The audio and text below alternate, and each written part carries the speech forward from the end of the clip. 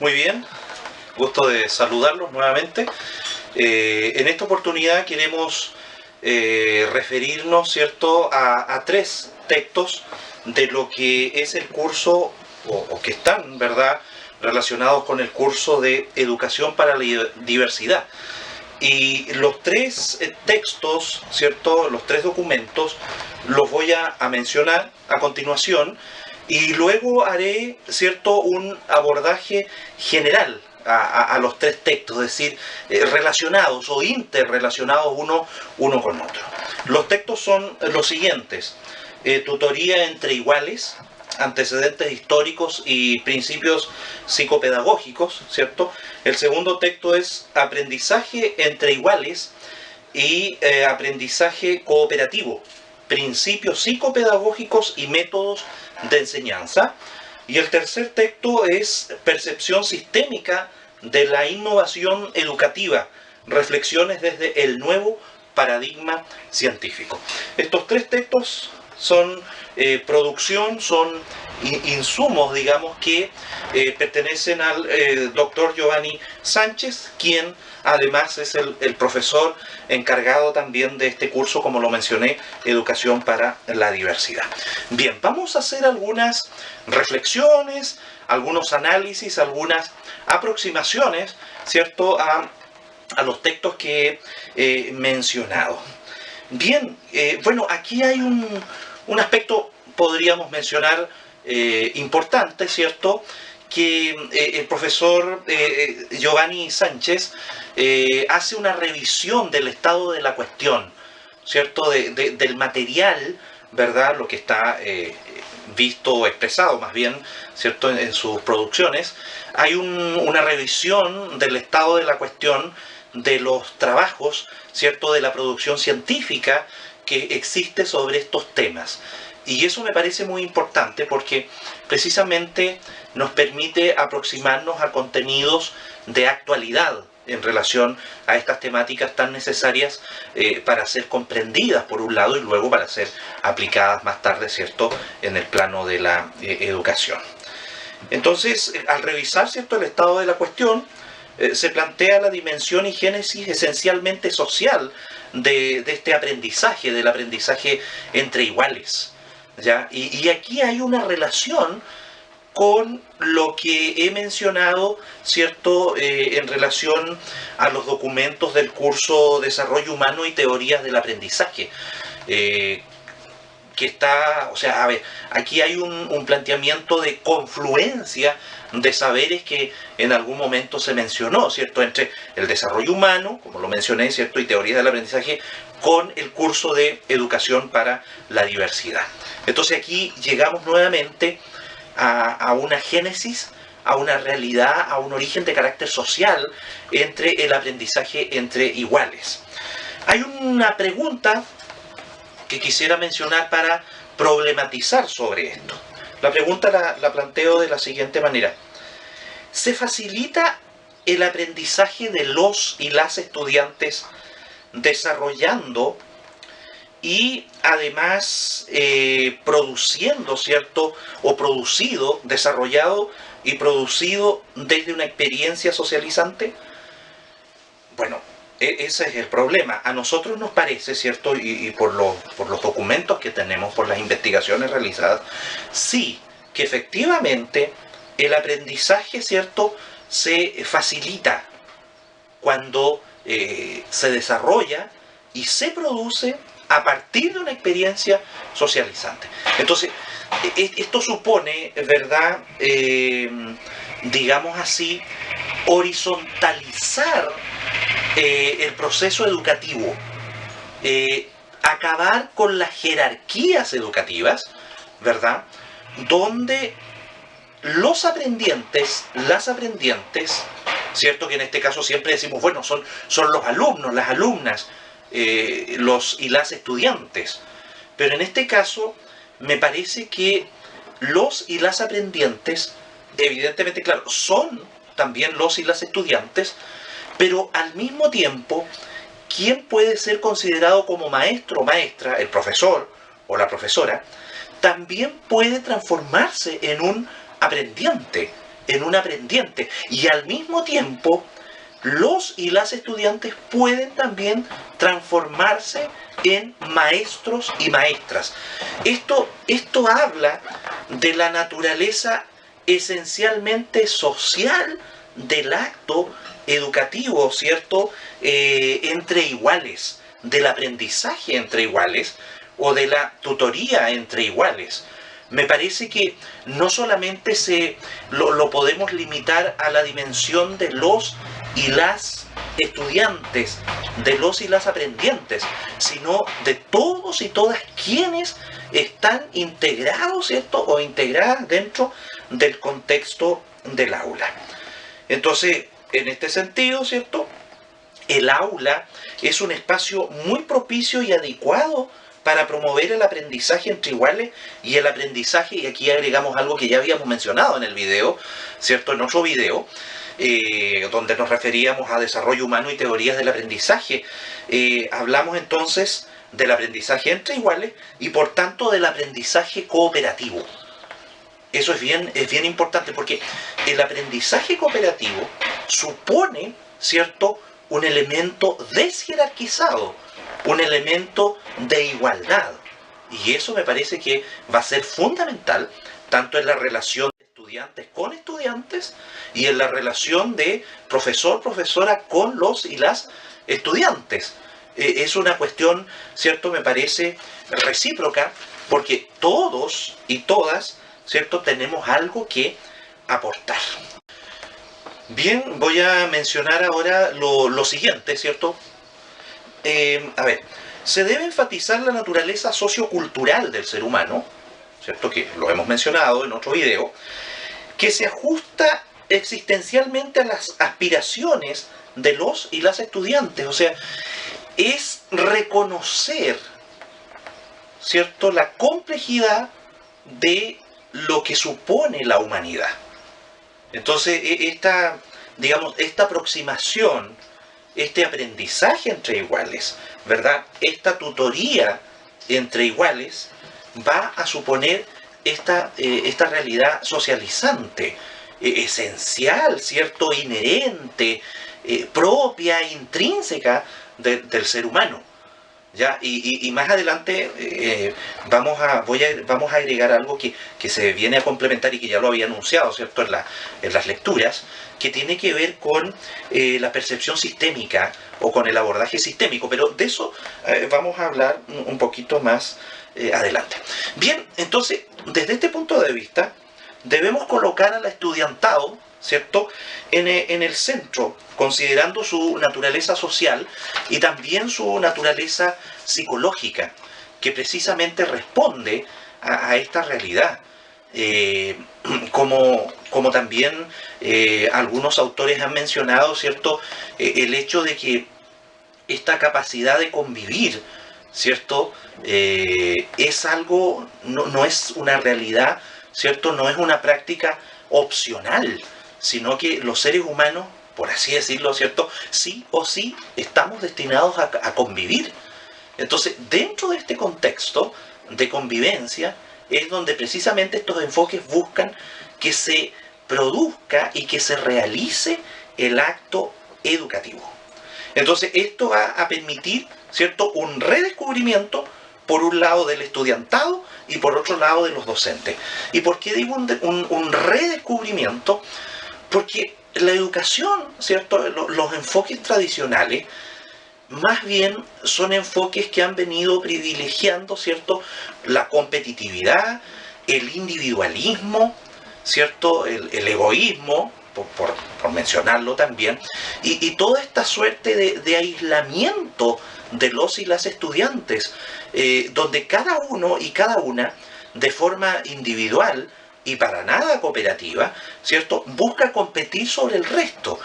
Ve al resto, ¿verdad?, a sus compañeros y compañeras, nada más como medios para conseguir fines.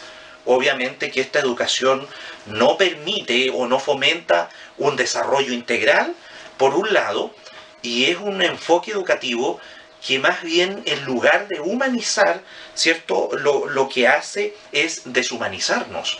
Por lo tanto, la propuesta es que debemos nosotros distanciarnos de esos enfoques tradicionales, de esos esquemas obsoletos, jerarquizados, desiguales, ¿cierto?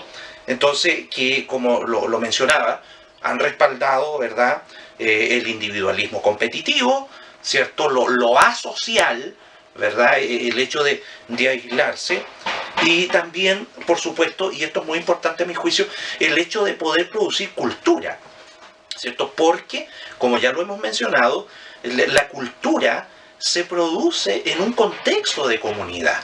La cultura siempre se va a generar a partir de una realidad comunitaria.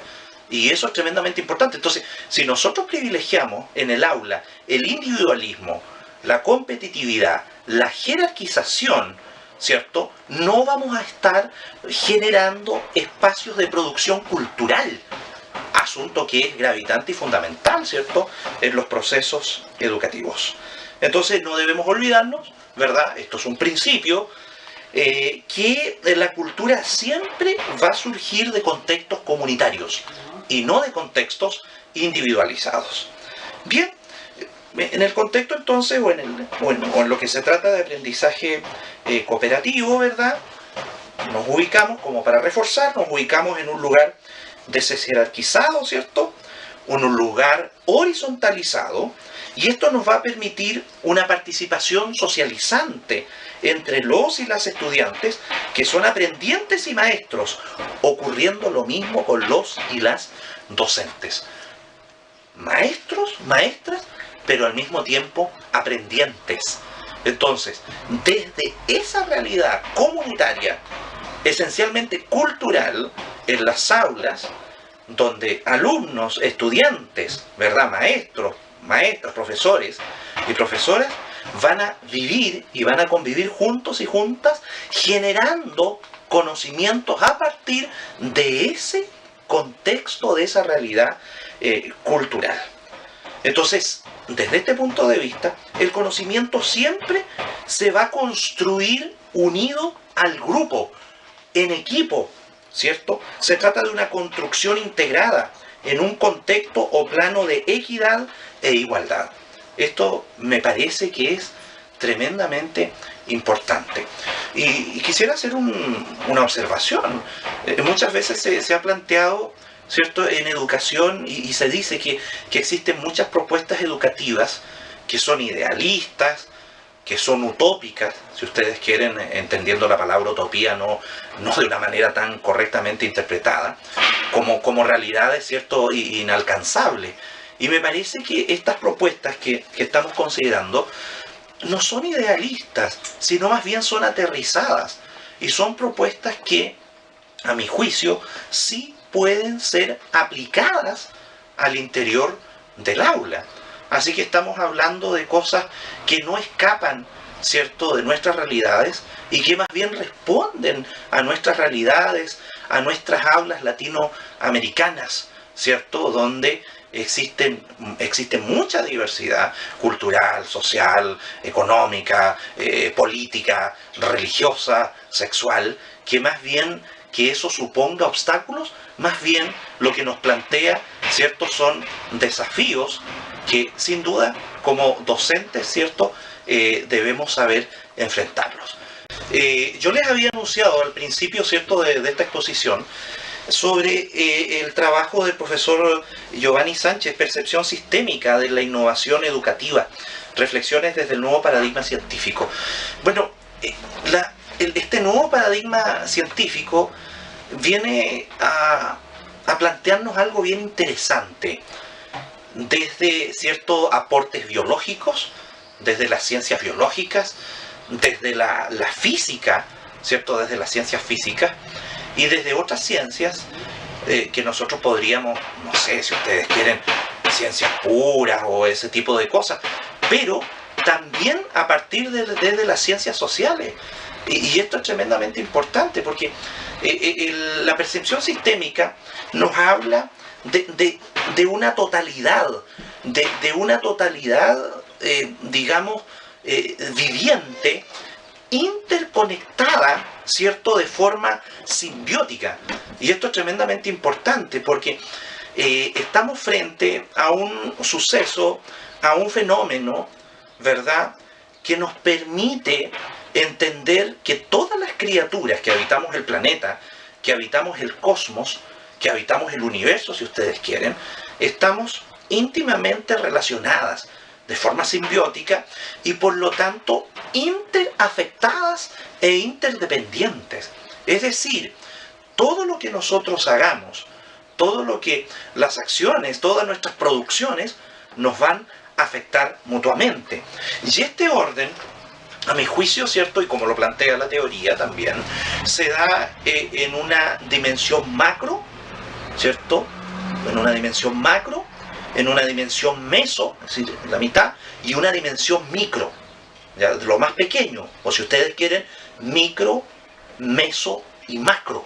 Es decir, desde lo más pequeño a lo más grande, de lo más grande a lo más pequeño. Hay una, desde la estructura atómica, ¿cierto?, pasando por nuestras estructuras celulares, nuestra conformación celular, la manera como funciona, ¿cierto?, nuestro organismo, pasando a las estructuras macro, ¿verdad? Lo que sería, por ejemplo, el universo, el movimiento de los planetas, ¿verdad?, si ustedes quieren, los movimientos de los astros, la rotación de los astros, ¿cierto?, en este caso en nuestro sistema solar, los movimientos de rotación en la Tierra, el movimiento de traslación, en fin, los días, las estaciones del año, en fin, todas esas cosas. Entonces, desde esa pequeña célula microscópica, desde la configuración atómica hasta lo macro, ¿cierto?, hay toda una suerte de microcosmos o macrocosmos,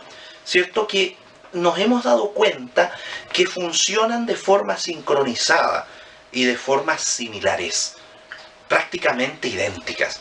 Entonces, desde este abordaje, toda esta realidad sistémica, todo este paradigma científico viene a proponernos, ¿cierto?, una integración de esas redes innumerables de interconexiones que componen el hecho común, ¿cierto?, de la interdependencia, ¿verdad?, de la interpertenencia simbiótica entre todos los seres vivientes con el universo. Esto es importante a la hora de aprender, a la hora de aplicar ciertos procesos de enseñanza, aprendizaje al interior del aula. ¿En qué consiste entonces este nuevo paradigma científico? Ya lo hemos estado mencionando, ya lo hemos estado diciendo. Este paradigma sistémico entonces nos habla de una interconexión globalizadora a manera de tejido cósmico, ¿cierto? Al llevar esto, ¿cierto?, al aplicarlo al aula, ¿verdad?, vamos a intentar establecer esas interrelaciones armoniosas, y esto me parece muy importante, que los y las estudiantes entiendan que todos los seres humanos estamos interconectados y que lo que nosotros, ¿cierto?, hagamos nos va a afectar mutuamente. De ahí entonces que el aprendizaje entre iguales, la tutoría, ¿cierto?, entre iguales, sea fundamental, ¿verdad?, sea de gran relevancia, mejor digo, al momento de poder aplicarla al interior del aula, ¿cierto?, cruzada con este enfoque, con este paradigma científico. Bien, finalizando entonces, existe, ¿verdad?, una relación, ¿cierto?, entre lo que es el curso Desarrollo Humano y Teorías del Aprendizaje y Educación para la Diversidad. Hay una confluencia de saberes que a mi juicio resulta muy importante en la medida que podamos comprender esa confluencia de saberes y por otro lado poder aplicarla, enfrentar, ¿cierto?, esta realidad diversa por un lado y entender que a partir de esa diversidad podemos construir, podemos propiciar un desarrollo integral de todos los y las estudiantes. En otras palabras, la diversidad no debe entenderse como un obstáculo, sino como una realidad que propicia de manera profunda, ¿cierto?, y permite y fomenta el desarrollo integral de todos y todas quienes integramos el aula. Hablando de estudiantes, de equipo docente, ¿cierto? Equipos administrativos, equipos de servicio. Formar, ¿cierto? Un todo, un grupo unido para realizar un trabajo, ¿cierto? A partir de esa diversidad, de ese fenómeno socializante con el cual vamos a producir y vamos a construir cultura. Así que un gran desafío para el cuerpo, ¿cierto? Para los profesores y las profesoras, menciono, ¿verdad? Que sí, como les decía anteriormente, podemos hacerlo y aplicarlo en nuestras aulas latinoamericanas. Muchas gracias por su tiempo.